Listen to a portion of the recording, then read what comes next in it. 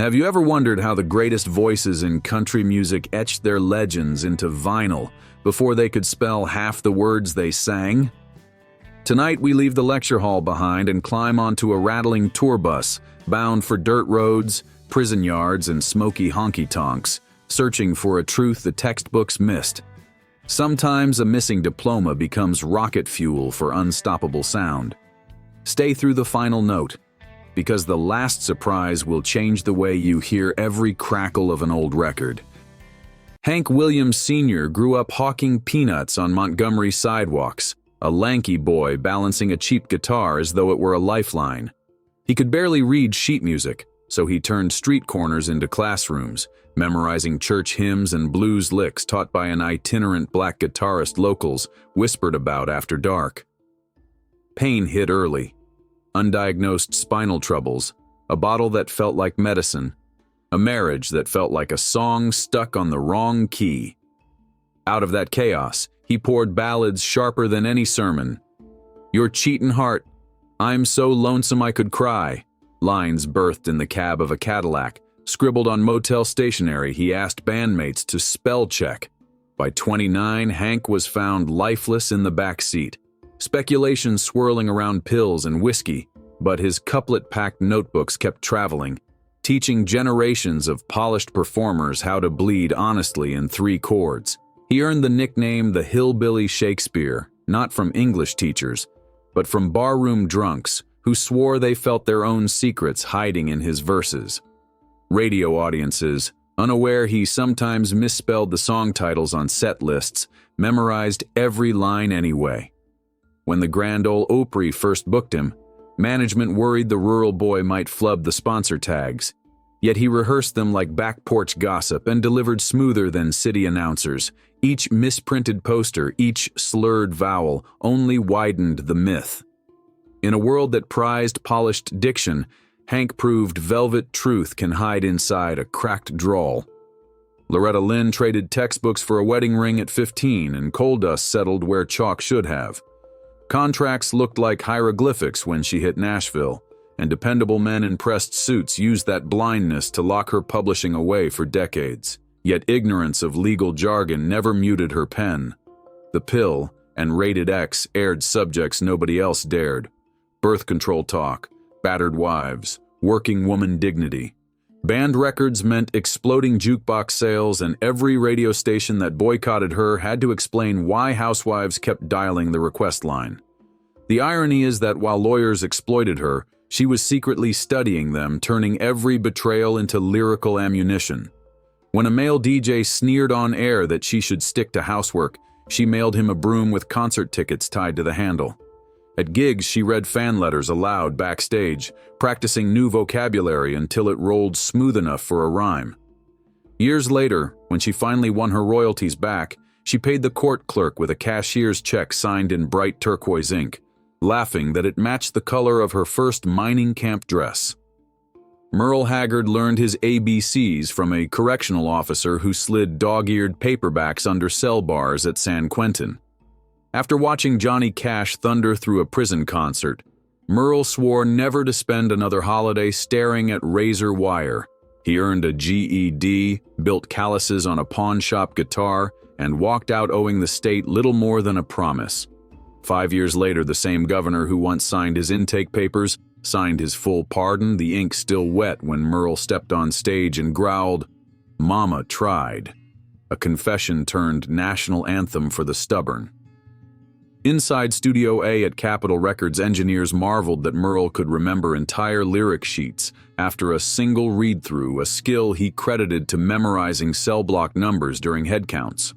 He obsessed over diction, tapping syllables on the console so every blue-collar worker could understand the story over factory noise. When asked about college, he shrugged, "I did my freshman year under a guard tower, sophomore year on a freight train, and graduated when the warden called me Mr. instead of inmate." Johnny Cash was no stranger to stubborn. A pill-peaked arrest in El Paso almost snapped his career like a cheap guitar string, and hate mail piled up from people who feared the man in black had swapped gospel for disgrace. Instead, he doubled down on humility, performed in prisons, and recorded liner note prayers that kept despair from taking the mic. Meanwhile, Jerry Lee Lewis was busy torching pianos and reputations, marrying his 13-year-old cousin and watching British tabloids light the scandal like kindling. His tour collapsed overnight, but exiled brilliance has a long echo. Audiences eventually forgave the hair-flipping wild man because his fingers still danced faster than their outrage. Cash later joked that the arrest saved his soul, forcing him to swap stimulants for scripture. Yet he never erased the grit, choosing instead to wrap gospel around rebellion like barbed wire around a bouquet. Lewis, on the opposite path, never apologized in full, insisting the stage was the only pulpit he needed. At a London press conference, reporters fired questions about the marriage. He pounded a single chord until microphones rattled, then growled, "Let's talk music," a dismissal so brazen it became folklore. Their rivalry, half friendship, half cautionary tale, reminded Nashville that talent is a double-edged record needle. Play it right and it sings. Press too hard and it scratches permanent scars. Long before corporate boardrooms learned the phrase glass ceiling, Kitty Wells cracked it with a voice she trained while rocking babies to sleep and memorizing hymns over the clatter of a washing machine. Her breakout hit, "It Wasn't God Who Made Honky-Tonk Angels," slapped back at a double standard so hard that radio stations banned it on the spot, then quietly spun the record at midnight because listeners kept asking. Tammy Wynette felt that sting too. Fields, day jobs, and an early marriage left her squinting at contracts she barely understood. When royalties disappeared, she wrote "Stand By Your Man," a song that ignited arguments at every coffee counter in America, yet still rocketed up the charts. Behind closed doors, Tammy juggled hospital bills, stage fright, and a partner known for jealousy. But on stage, she looked critics in the eye and belted power notes few university choirs could match. George Jones might have outsung them all if the bottle hadn't hijacked his steering wheel. Some nights he forgot entire lyrics, compensating with a moan that felt like confession and invitation at once. When promoters docked his pay for no shows, he bought a lawnmower, famously driving it 8 miles to the liquor store after the sheriff hid his car keys. Don Gibson nursed shyness harder than whiskey, admitting he could barely make sense of written notation, yet he still carved "I Can't Stop Loving You" out of thin air, a melody so durable that Ray Charles later carried it across genre borders. Charlie Pride broke a different barrier, a sharecropper's son who fought segregation with a baritone steadier than a freight train. He learned guitar tuning from factory co-workers, shipped fastballs in the Negro Leagues, and finally stepped onto the Opry stage where some audience members gasped when the lights revealed the color of his skin. Pride smiled, hit the first note, and let disbelief melt into applause. Jones once said a broken heart has no spelling test, and fans agreed, mailing him letters addressed only Possum Nashville. The Postal Service delivered every time. Similarly, when Tammy mispronounced ambition during an interview, critics mocked her, but record sales spiked the next week, turning misstep into marketing gold. These moments reveal the hidden superpower of imperfection. It invites listeners to participate, to complete the story with their own rough edges. Bill Monroe's formal education ended when orphanhood began. He listened to whip poor wills more than teachers, crafting mandolin runs that flew faster than mountain gossip. In tiny Kentucky schoolhouses, Ernest Tubb daydreamed about amplifiers, sneaking out to yodel against barn walls for perfect echo. Carl Perkins chopped cotton rows so wide they felt endless, humming guitar parts until calluses formed on imagination alone. One sun-scarred afternoon, he heard a neighbor say, "Blue suede shoes cost more than a week's groceries," and lightning struck. A rockabilly revolution began in that dirt field. Lefty Frizzle sold ice at 13, swapped chores for nightclub gigs, and invented a sly vocal slur modern crooners still borrow. That offhand remark about shoes turned into a riff so catchy teenagers begged cobblers for suede in colors their parents called impractical. Meanwhile, Monroe's high lonesome harmonies shot through Appalachian nights on battery radios balanced atop fence posts, and Tubbs' electric guitar, cranked through cheap amps, jolted dance halls awake, proving country could plug in without losing its twang.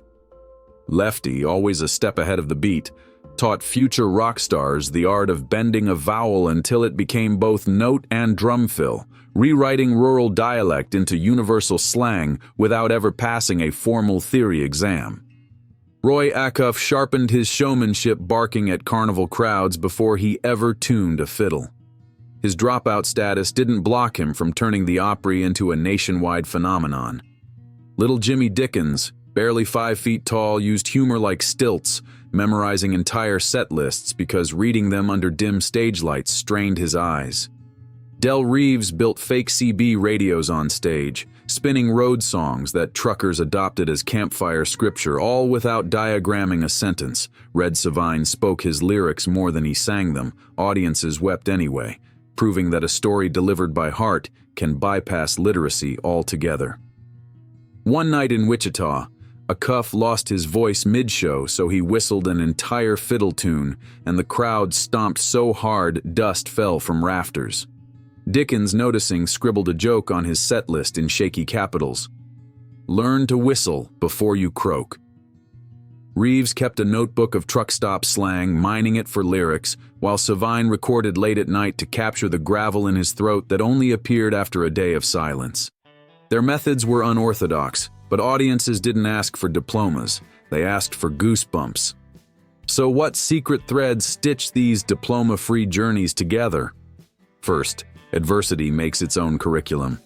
Poverty instructors demand late fees and hunger pangs, but they also teach timing, know exactly when to knock on a door or sing beneath it.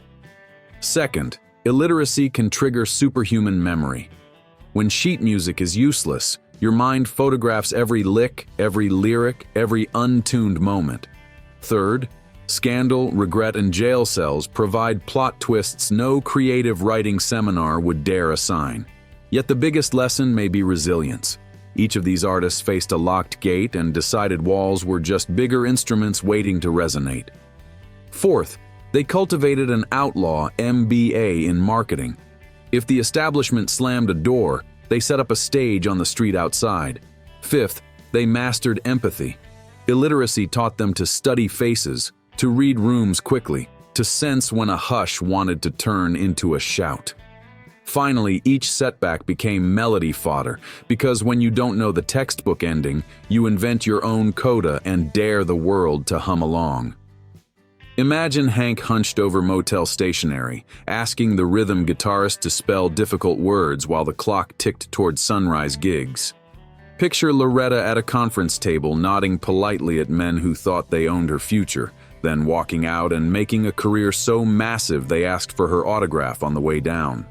See Merle pausing outside the prison gate, daylight blinding his unshackled eyes, forming a silent vow to make warden bars shake with applause next time he sang nearby.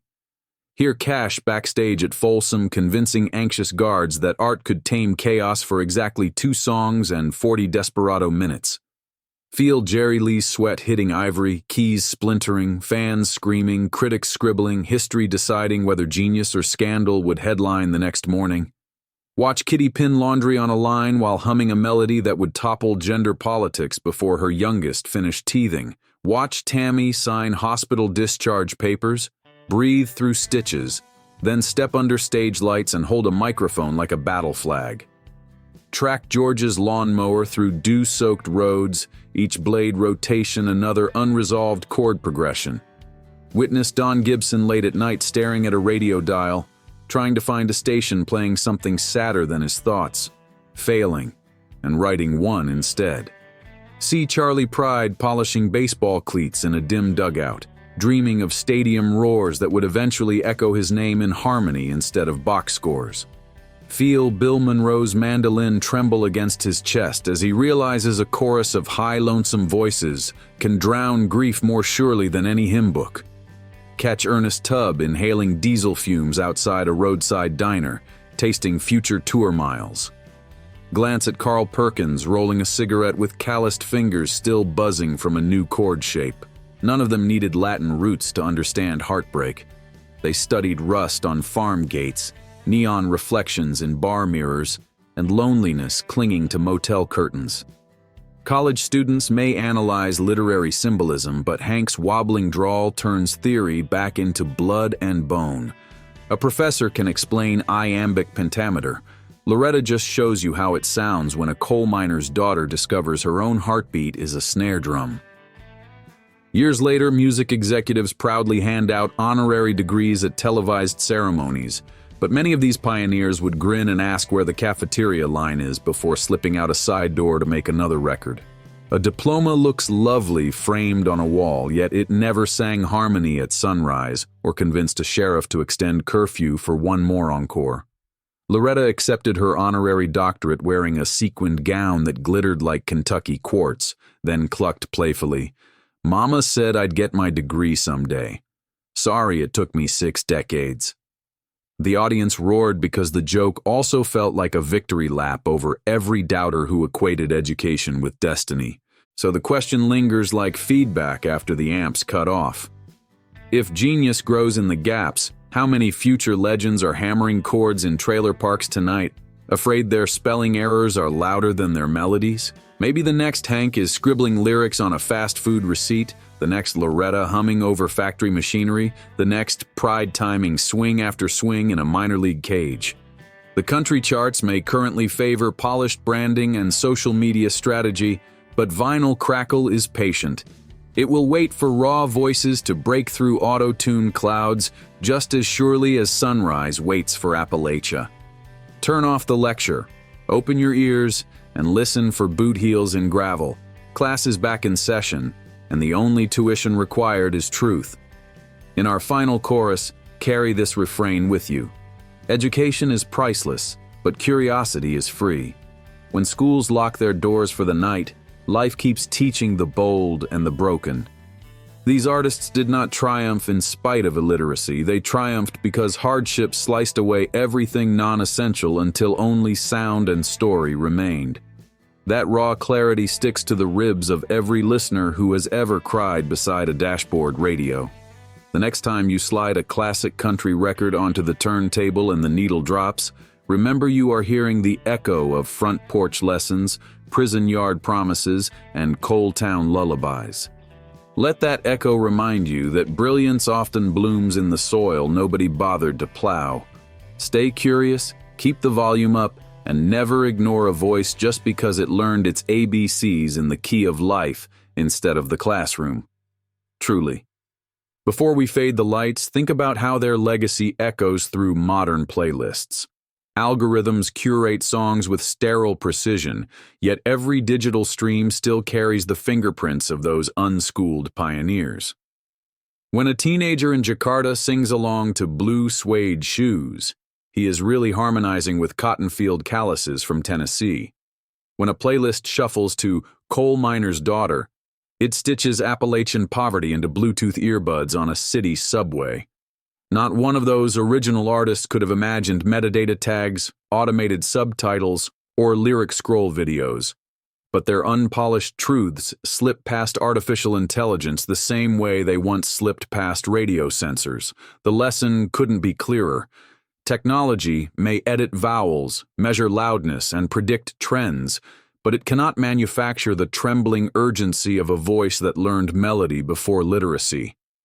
That spark remains the one variable the machines cannot code, and it still belongs to anyone brave enough to sing without waiting for permission. Their stories whisper to bedroom producers sampling beats, to buskers looping riffs beneath neon, to dreamers everywhere who refuse to mute the tremor.